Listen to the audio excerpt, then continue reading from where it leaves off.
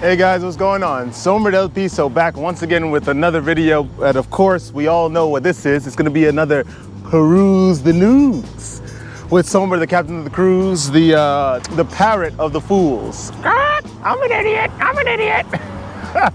Okay, so today, obviously, what we're gonna do is like what we do with all our Peruse the News episodes. We're going to have a read through 3 articles and give an analysis, personal opinion and analysis of the following 3. So as always, like, comment, subscribe, and let's get into it. I got some pretty good articles. I realize I haven't done this Peruse the News thing in a while. Arby's, we have the meats and an excessive amount of refined sugar. I had to dilute this whole drink with so much water, man. I don't know how these guys do it. Their diets, man, their diets are just astound me. We got some news, some good news for you guys. This one is gonna be from Days, that British magazine, written by a Georgina Elliott. Title of the article is How to Stay Sane at Your First 9 to 5. I'm only talking about this and reading this article because if you guys have been followers of the channel, Sombra has a new office job. That's right, we are working 9 to 5, literally. We have a little bit of a flex period between 8 and 9 a.m. So if I come in at 8, I do leave at 4. But for the most part, I am working my 7 hours. I am doing a 9 to 5. I've become like the individuals I don't despise, but I just sort of, how do you do it? You got kids too? Oh, I gotta pay insurance for my car. But don't worry, I am on SEMA retention, so I'm not necessarily beyond all that. Rather, I repel it. Ding, ding, ding. Alimony payments, ping. Buying diapers, ping. Paying for gasoline, ping.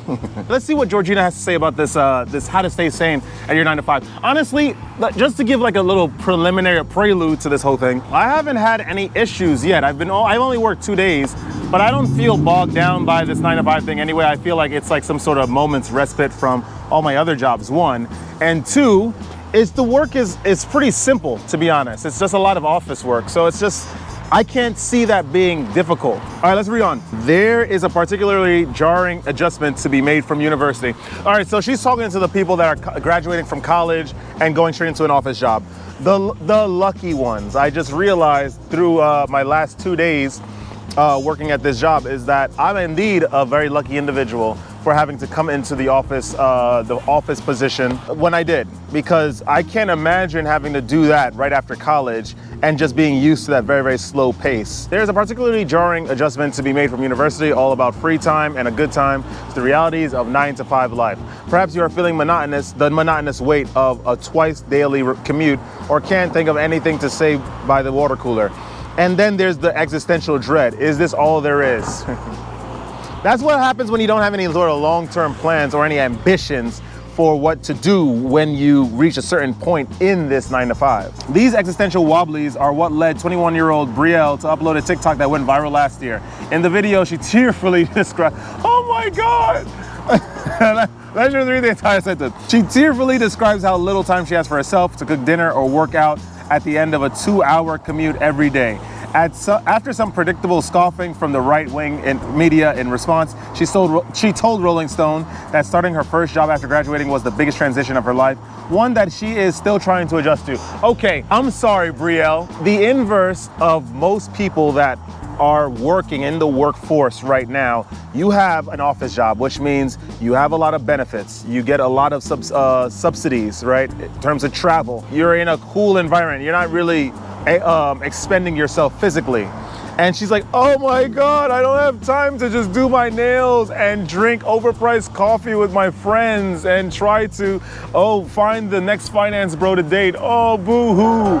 These people, I don't understand. The problem with these young people is that they don't understand the value of hard work, and they don't understand the value of a job. They're looking gift horses in the mouths and scoffing at it because they never even heard the word equestrian before. This is the problem. Me, that's why I said in the beginning, I am very glad that I had my stint. I worked for a restaurant, many restaurants, right? So I understand hospitality. I worked as a tailor for Brooks Brothers, so I understand, that little aspect as well.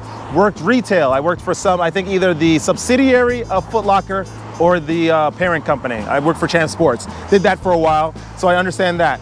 I worked as a co-studio manager for a yoga studio. I worked in many, many different places before I finally got inducted into this office life, 9 to 5. So trust me, I understand exactly what a gift horse looks like.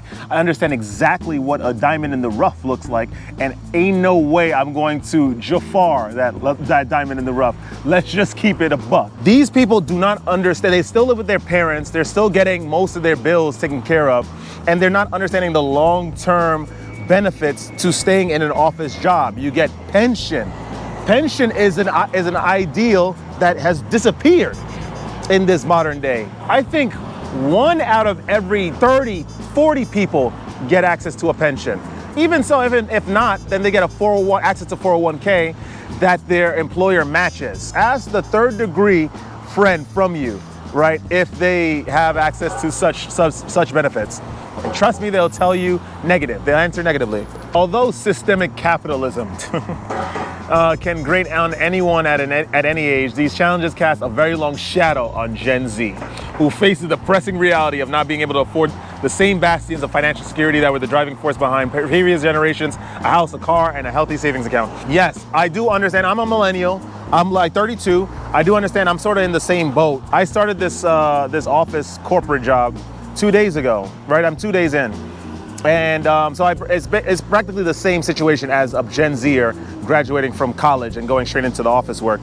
I do understand that the economical landscape is a little wild right now. I'm definitely not thinking of eventually being able to afford a car, or eventually being able to afford a house, or having a healthy savings account for that matter, because my ambitions lie elsewhere. My plan is I'm gonna save my money, obtain tenure and merit. These guys are offering a remote job, I think a remote work for my current position 1 day a week.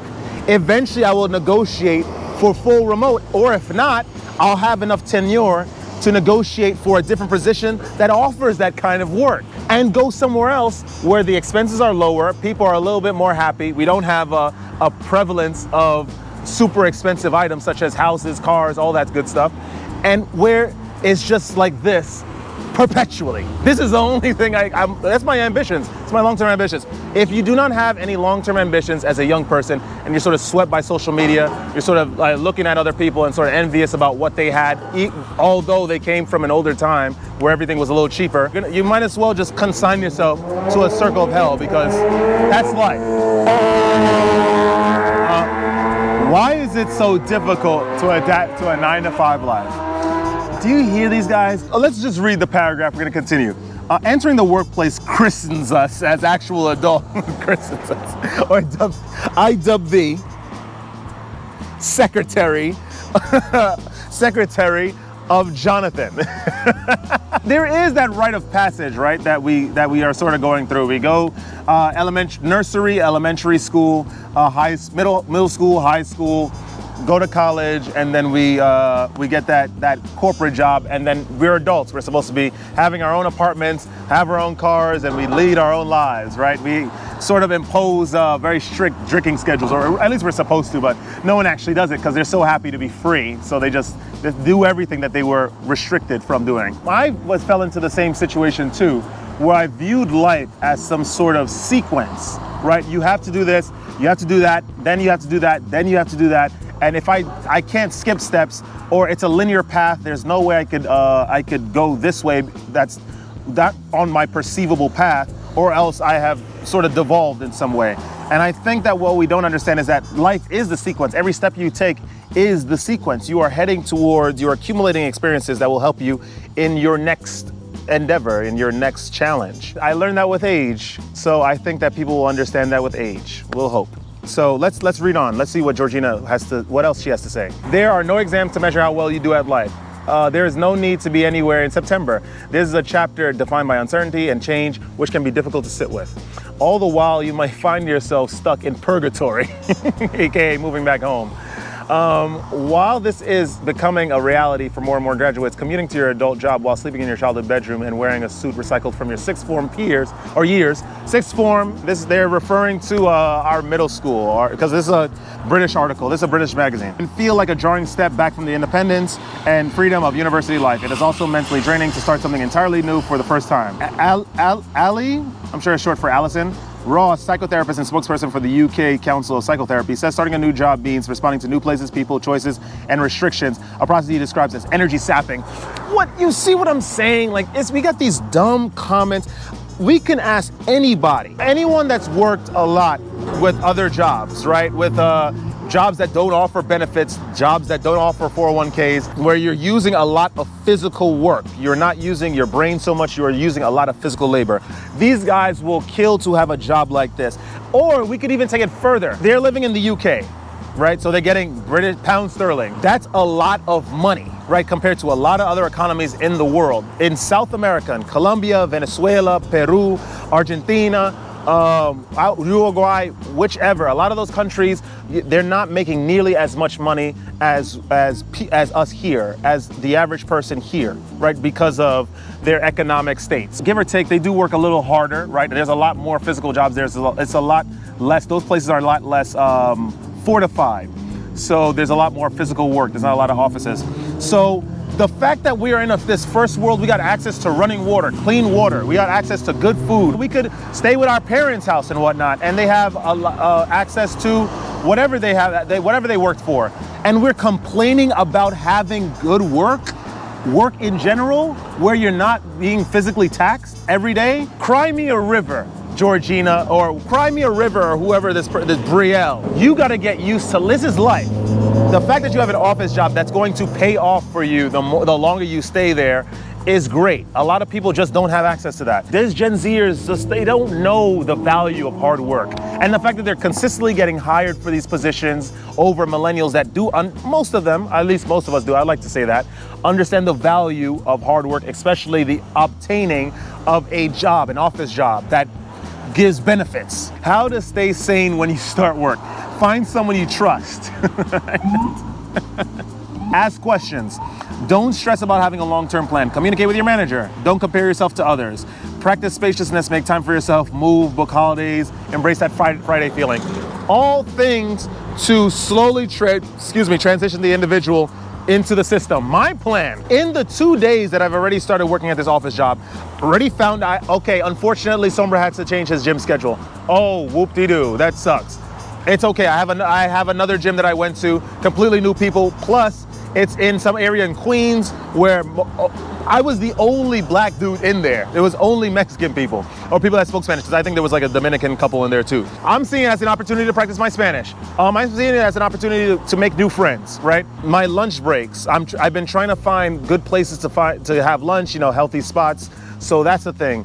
Also, the commute is pretty long. It's like an hour and change, close to an hour and 30 minutes. But I already have something to read, and I could just brainstorm topics to talk about on the channel on my free time when I get off of work, which is after 5 o'clock or 5:30 or whichever. 5 o'clock I leave, but then I get back to civilization, i.e. my civilization and neighborhood, around like 6 o'clock. I'm not complaining. I'm so good. These people are just not, they're not with it. They're not getting with the program. All right, so anyway, let's get the hell out of that, because this is just silly. And we got another article here by another British tabloid, The Times, Sunday Times, written by two people, an Isabella Fish and a Simon Freeman. Not Simon Belmont.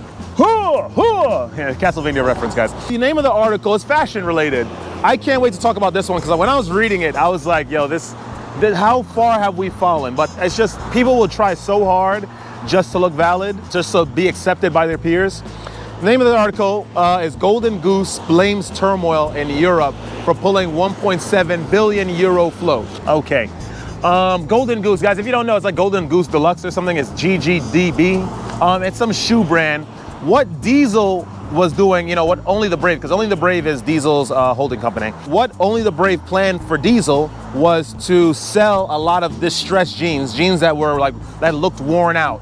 and they sell them because they are currently doing this for upwards of $200, $300 for a pair of jeans. That because they're distressed, and the process that they put the jeans through to get distressed, it's almost as if the person was wearing them already and making them all messed up. So God forbid you get some more wear and tear out of it. That's it. It's done in like a couple months. Golden Goose has copied that same thing. I don't know if Golden Goose was around for longer, but what they do is that they sell $600 sneakers, $800 sneakers. Because I looked it up. I was interested once upon a time when I was like a mind slave to these fashion brands. $800 sneakers that are already cooked, that are already baked. And people are buying them. Let's read the article, guys. Let's read the goddamn article. Golden Goose, the Italian maker behind the fashion for 500-pound pre-scuffed sneakers. Give or take, I think the pound sterling to the dollar is like 1 and 1, because since Brexit and all the deals that disappeared along with that. So it's essentially like 550, you know, something like that, dollars that you would pay. Has blamed turmoil in European markets for a last-minute delay to tomorrow's planned $1.7 billion flotation, a €1 billion flotation. The manufacturer of superstar sneakers, that's what they're talking, you know, Golden Goose is what they're talking about, popular with Gen Z. You see, that's the problem. Oh my God, I'm not able to go out and buy my Golden Goose sneakers that I'm using my parents' money to buy every weekend because I want to rest and catch up on my, from working so hard at my office job. Like, and celebrities, including Taylor Swift, said it was shelving its IPO on the Milan exchange because of continuing market upheaval. Market upheaval is due to a whole plethora of factors, not necessarily one individual pressing the button and say, let's mess up the markets today. We're just gonna keep our finger off the button for this week and the markets are gonna be okay. No, that's not how it works. If Golden Goose is gonna get angry, you gotta get angry at the economy, you gotta get angry at the state of things in Italy. Last time I checked, Italy doesn't have that much strong of an economy. When you think of strong economies in Europe, you think of the big three, France, Germany, and England. You don't think about Spain, you don't think about Italy. Golden Goose is getting mad they're just punching air. In a statement to investors, the company said that significant deterioration in conditions following the European Parliament elections and President Macron's calling of a general snap election in France have impacted European markets and particularly the luxury sector. You guys chill out. You guys are important people. Please don't say anything that could possibly be controversial or detrimental, slightly detrimental to my bottom line as I'm trying to boost sales of these cooked sneakers that people are stupidly paying $600 for. What the heck? All right, let's see what else. It added, the market backdrop is not the right environment to take the company public, and IPO will be reassessed in due course. The thing is, regardless of it going through an IPO or not, it is still making good money. Golden Goose is doing well because we have a lot of idiots, Gen Zers that have office jobs with benefits, possibly with pensions, buying these things. So you guys are they're complaining about nothing. Golden Goose was founded in Venice in 2000. So it was only the Brave, I think, came out before that. By designer couple Francesca Rinaldo and Alessandro Gaio in Marghera as a mid to premium level. It's all premium now, not mid to premium level. Mid to premium level, ready-to-wear accessories label. The company designed their products with a distressed scuff effect, which helped the label stand out in the crowded aspirational luxury space. They launched sneakers in 2007 with a superstar model which featured a 5-point star on the side and has been since been worn by celebrities such as Selena Gomez, Hilary Duff, and Michael Phelps. So the problem is this, guys. Like I already said earlier with this particular article analysis, we have fools that are willing to dish out $800 for used sneakers. The fact that this is happening in excess, since it's been happening from 2007, is the problem. We have countries in South America, we have countries in Southeast Asia that definitely need stimulations to their economy. The thing is, we have fools over here that are consistently perpetuating this super hyper-capitalist society and desires. Why does someone need low-topped, cooked, 800-pound sneakers? There is no reason to have those. It's just another thing to perpetuate this disparity. Yeah, exactly, to continue this disparity between the rich and poor. The problem with articles like this becoming popular is because it does some minor advertising for those brands And it causes these people in these countries to aspire towards this sort of lifestyle, this American lifestyle. It's enough that the American lifestyle is not necessarily indicative of any culture or tradition. Rather, the only rule, the only necessity is to consume, eat more than you need to eat, buy more than you could afford, overdraft all your credit cards, be in debt to the government. So the government could create some sort of backlash that will further ensnare us in their traps. This article is horrible. Once upon a time, I will admit, I was into Golden Goose, only from afar. I used to just like these sneakers. I was like, oh, they're pretty. But then reality kicked in the more I was involved in the workforce and working with my hands and being creative, and realized that it is indeed stupid and unintelligent to spend an excessive amount over something that is already worn, right? And its only value is infused by the people that have deemed it such, not the constituent ingredients that makes up the item. Guys, if you want to learn anything from this article, lads, please do not buy anything you can't afford, and don't buy anything that doesn't inherently have value. So we're gonna go to the next article, the final article of the Peruse the News. This is an interesting one. Here we go. I don't know if you guys saw the last Peruse the News. Well, the last time I got one of the articles that I talked about in the Peruse the News by the same source, BBC Science Focus magazine. As we all know, BBC, I'm going all British today. We already started with Days, then we did the Sunday Times, and then now we're in the British Broadcasting Company. As I said in the last video that I sort of referenced this magazine, BBC is a very accredited news source. When you're reading something from BBC, one is more apt to believe it, because these guys have been around for the longest, and they are in charge of a lot of, perpetuating a lot of information, right? That are facts that happen to be true, a lot of things that are very close to the objective reality, right? In the last Peruse the News, we have someone under the banner of BBC Science Focus chatting about how a baby could be narcissist. So now we got this one saying, what's the best comeback to an insult? These guys, I don't understand. What's been happening in our time is that we have these idiotic articles, right, that are being flown under these very, very traditionally trustful banners, these trustful companies and sources. Life is harsh, life is dark. As the Spanish would say, la vida es poco oscuro, right? But it's a little good también. You are gonna get insulted in life, right? That's just the way things are. If someone insults you, just take it upon the chin and then just continue your life, right? Don't take it too seriously, or if they really do mean to do you emotional and spiritual harm, just carry on with your life. It's an insult. They can't, it's nothing, it's words. Let's see what these guys have to say. Archie Fox is the writer of this BBC Science Focus magazine article. So silly. Okay, let's see what he leads with. It's often said, sticks and stones may break my bones, but words can never hurt me. But that's wrong, because criticisms and rejection cause brain activity that's indistinguishable from actual pain. Basically, insults do hurt. As we know, obviously, everything begins in the brain. Everything ends with the brain. I get flicked, right? Obviously, the brain signals are traveling at such a fast rate that, due to the nervous system, that I feel pain afterwards. Everything goes to the brain. So this is not new information. He is just elucidating the microprocesses of our day-to-day lives, being human being trapped within layers and layers of systems. Basically, insults do hurt. Insults are complex. This is so stupid. Insults are complex concepts that have been studied at length. And it turns out that the impact of an insult depends as much on the recipient as it does the supplier.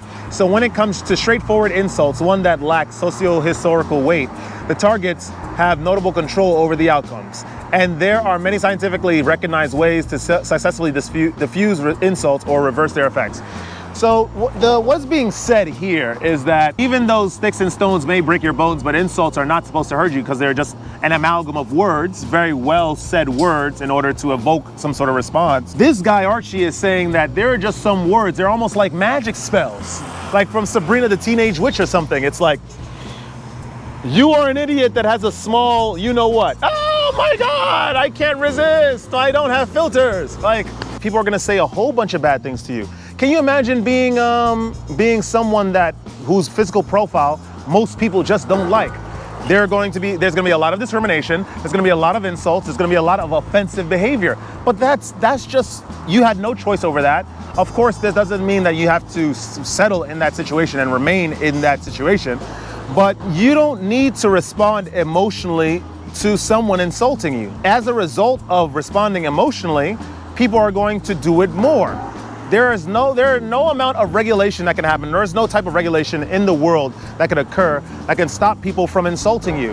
No matter, like, we have the whole, there's much more acknowledgement for African American communities, right? Black people. There's much more of an acknowledgement for gay communities. There are all these ways or just new policies where it's a hate crime to completely attack a black person or someone that's white as well, or someone that's Albanian, or someone that's gay as well. Even though there are more people finger wagging at making gay jokes or making African American jokes or black jokes, people are still gonna do it. It doesn't matter, it's just life. That's just what people do. People are gonna have always found some way, regardless of what you look like. If you had 3 ears, or even if you had a smaller nipple than the other person, right? People have always found some justification to consistently make fun of the physical or the mental differences between individuals. There's no amount of regulation that the government could enact, unless we live in some sort of Orwellian society, or some society from 1984, which is Orwellian, right? Or Brave New World, where the moment you utter something that can be racially offensive or sexually offensive, you just freeze up and you get shocked to death, right? There is nothing that you can do about insults, accept them. That is just someone expressing their way, albeit even though it's offensive, and just carry on with your life. One is ascribing category membership to the insulter, making the insulter seem like the lower status, which is what insults are, right? They're essentially meant to, like, sort of shake you up mentally and emotionally. Someone says, your haircut looks stupid. I heard that a lot. You reply, okay, calm down, grandma, right? You put them in the category older, unfashionable, out of touch people, which makes them look worse, especially if they can't possibly be your grandma because they're a 20-something-year-old man. Or it's worse, women really will take offense to that because, I don't know, women in age, like, they just really get sort of bothered by that. Others recommend finding a point that the insulter makes about themselves and amplifying it. They say, I don't understand why your attractive partner, insert there, is with you. You would say, would you like me to explain it to you with crayons? They meant to insult you, but the response turns it into them admitting to be easily baffled. We got this whole beautifully written article by the BBC Science Focus magazine. Like I said, a traditionally credible source of objective information. If you want to know about the history of the genus pool of an octopus, BBC will be able to get it for you. If you wanted to know the point in time, the exact point when simians made that transition to being the budding human beings, if you believe in evolution, trust me, BBC would have given that information. What this news source has become is just a very, very traditional version of Cosmopolitan. The main idea of this article is this: if someone insults you, insult them back. Are we in second grade? Why are we reading stuff like this? Why is this in the BBC magazine? Science Focus is focused on science. I'm gonna give you my solution to the insulting problem, right? The insult problem. If someone insults you, right, accept the insult. It is life. You are going to be insulted because you are a person that exists in the physical reality, right? And you occupy a space, meaning that you are subject to individuals that have the faculties to perceive individuals that are corporeal and physical in that space, which have different experiences, who have different experiences from you, which means that they may or may not be skeptical about individuals that look a certain way that are corporeal, i.e., individuals that didn't grow up in the same household as you are going to perceive you differently and might insult you, might or might not insult you. That's just that's all the short of it. Guys, do not, I hope you guys didn't purchase, right, or are not sort of subscribed to some BBC magazine, because I'm doing it for you. Right? I'm paying the money so you guys don't have to, so you could learn about these stupid articles. I'm telling you, so silly. All right, anyway, with that being said, that is all I have to say today for this version of Peruse the News. If you guys enjoyed that episode, like, comment, subscribe. Woo. Share the video with some peers, of course. I do plan to do a couple more Peruse the Newses.